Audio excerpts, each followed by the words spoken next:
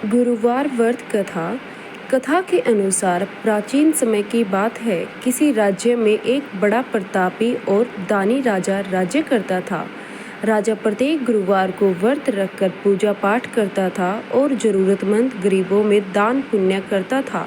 लेकिन राजा की पत्नी को ये सब अच्छा नहीं लगता था। वह न तो कोई व्रत करती थी और न ही किसी को कुछ देती थी। साथ ही राजा को भी ऐसा करने से मना करती थी। एक बार राजा शिकार के लिए वन की ओर गए थे और रानी महल में दासियों के साथ थी। तभी बृहस्पति देव साधु का रूप धारण कर महल में पहुंच गए, पर द्वार पर खड़े होकर भिक्षा मांगने लगे। रानी ने साधु से कहा, हे साधु महाराज, मैं इस दान पुण्य से तंग आ चुकी हूँ। अब आप ही कोई उपाय बताएं जिससे कि मेरा सारा धन नष्ट हो जाए और मैं आराम से रहूं। साधु ने कहा, हे देवी, तुम बड़ी विचित्र हो। संतान और धन से भला कोई दुखी होता है? यदि अधिक धन है तो इसे शुभ कामों में लगाओ। कुंवारी कन्याओं का विवाह करवाओ, गुरुकुल और बाग बगीचे का निर्माण कराओ, जरूरतमंदों में दान करो। इससे तुम्हें पुण्य मिलेगा और स्वर्ग की प्राप्ति होगी। लेकिन साधु की इस बात को सुन रानी ने कहा, मुझे ऐसे धन की कोई आवश्यकता नहीं है जिसे मैं दान दूं या जिसे संभालने में मेरा समय नष्ट हो। साधु ने कहा, देवी, यदि तुम्हारी ऐसी इच्छा है तो मैं जैसा तुम्हें बताता हूँ तुम वैसा ही करना। बृहस्पतिवार के दिन तुम घर को गोबर से लीपना, अपने केशों को पीली मिट्टी से धोना, केशों को धोते समय स्नान करना, राजा से हजामत बनाने को कहना, भोजन में मांस मदिरा खाना, कपड़ा धोबी के यहाँ धुलने डालना। इन कामों को हर बृहस्पतिवार को करना और इन कामों को 7 बृहस्पतिवार तक करने से तुम्हारा सारा धन नष्ट हो जाएगा। यह कहकर साधु रूपी बृहस्पति देव महल से अंत ध्यान हो गए। रानी ने साधु के कहे अनुसार हर बृहस्पतिवार के दिन ये सारे काम किए। लेकिन केवल 3 बृहस्पतिवार बीतने के बाद उसकी सारी धन संपत्ति नष्ट हो गई। यहाँ तक कि भोजन के लिए तरसने की नौबत आ गई। परिवार की स्थिति देख राजा ने रानी से कहा, हे रानी, तुम यहीं रहो, मैं दूसरे देश जाकर काम ढूंढता हूँ, क्योंकि यहाँ सभी मुझे जानते हैं, इसलिए मैं कोई छोटा काम नहीं कर सकता। इतना कहकर राजा परदेश चला गया। परदेश में राजा जंगल से लकड़ी काटकर शहर में बेचने का काम करने लगा और इस तरह अपना जीवन व्यतीत करने लगा। इधर राजा के परदेश जाते ही रानी दुखी रहने लगी।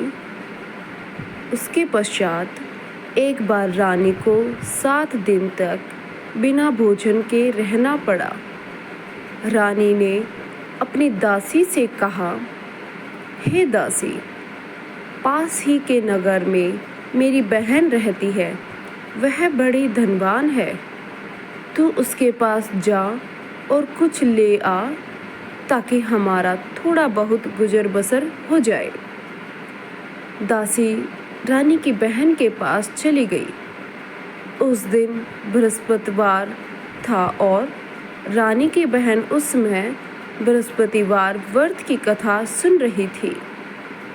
दासी ने कहा, रानी की बहन को अपनी रानी का संदेश दिया, लेकिन रानी की बड़ी बहन ने कोई उत्तर नहीं दिया। बहन से कोई उत्तर न मिलने पर दासी दुखी हुई और उसे क्रोध भी आया। दासी ने वापस आकर रानी को सारी बात बताई। यह सुनकर रानी ने अपने भाग्य को कोसा। उधर रानी की बड़ी बहन ने सोचा कि मेरी बहन की दासी आई थी, लेकिन मुझसे बिना कुछ कहे ही चली गई। वह कथा और पूजन समाप्त कर तुरंत बहन से मिलने चली आई और कहने लगी, हे बहन, मैं बृहस्पतिवार का व्रत कर रही थी। तुम्हारी दासी मेरे घर आई थी, लेकिन जब तक कथा होती है तब तक न तो उठती हूँ और न ही बोलती हूँ। इसलिए मैंने दासी से कुछ नहीं कहा। कहो दासी, क्यों आई थी मेरे पास? रानी बोली, बहन, तुमसे क्या छिपाऊं? हमारे घर में खाने तक को अनाज नहीं था। ऐसा कहते कहते रानी की आंखें भर आई। उसने दासी समेत पिछले 7 दिनों से भूखे रहने तक की बात अपनी बहन को बताई। रानी की बहन बोली, देखो बहन, बृहस्पति देव सबकी मनोकामना को पूर्ण करते हैं। शायद तुम्हारे घर में अनाज रखा हो। रानी को विश्वास तो नहीं हुआ, लेकिन बहन के आग्रह करने पर उसने दासी को अंदर भेजा तो अनाज भरा एक घड़ा मिल गया। यह देखकर दासी को बड़ी हैरानी हुई।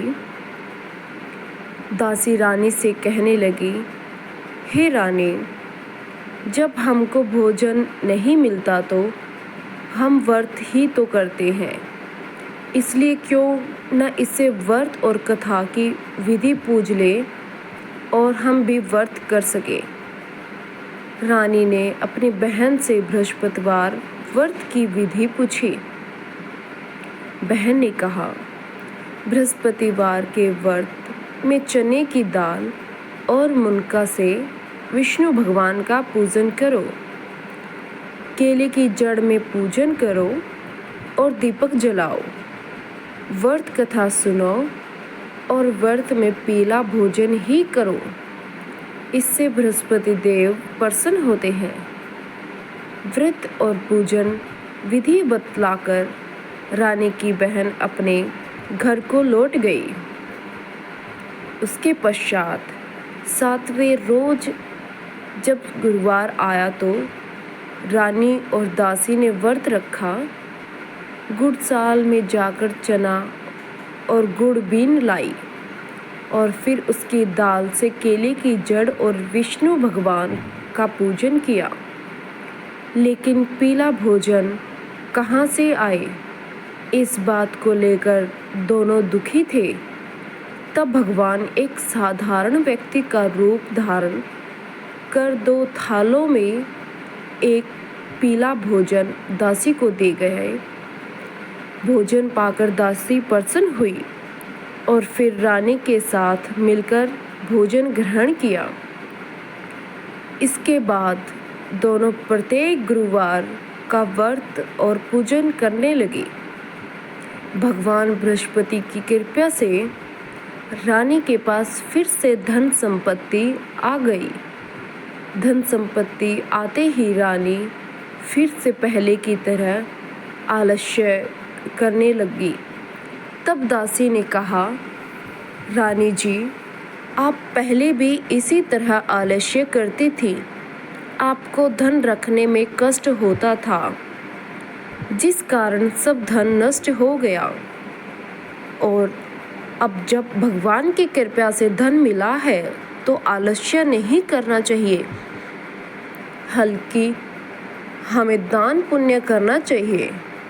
भूखे मनुष्य को भोजन कराना चाहिए और धन को शुभ कामों में खर्च करना चाहिए, जिससे कुल का यश बढ़े, स्वर्ग की प्राप्ति हो और पितर प्रसन्न हो। दासी की बात सुनकर रानी अपना धन शुभ कार्यों में खर्च करने लगी, जिससे पूरे नगर में उसका यश फैलने लगा। इधर राजा भी वापस लौट आए। गाइस, अगर आपको चैनल पसंद आए तो प्लीज़ लाइक एंड सब्सक्राइब ज़रूर कीजिएगा। ऐसे ही कथाओं के सुनने के लिए हमें लाइक एंड सब्सक्राइब ज़रूर कीजिए प्लीज़।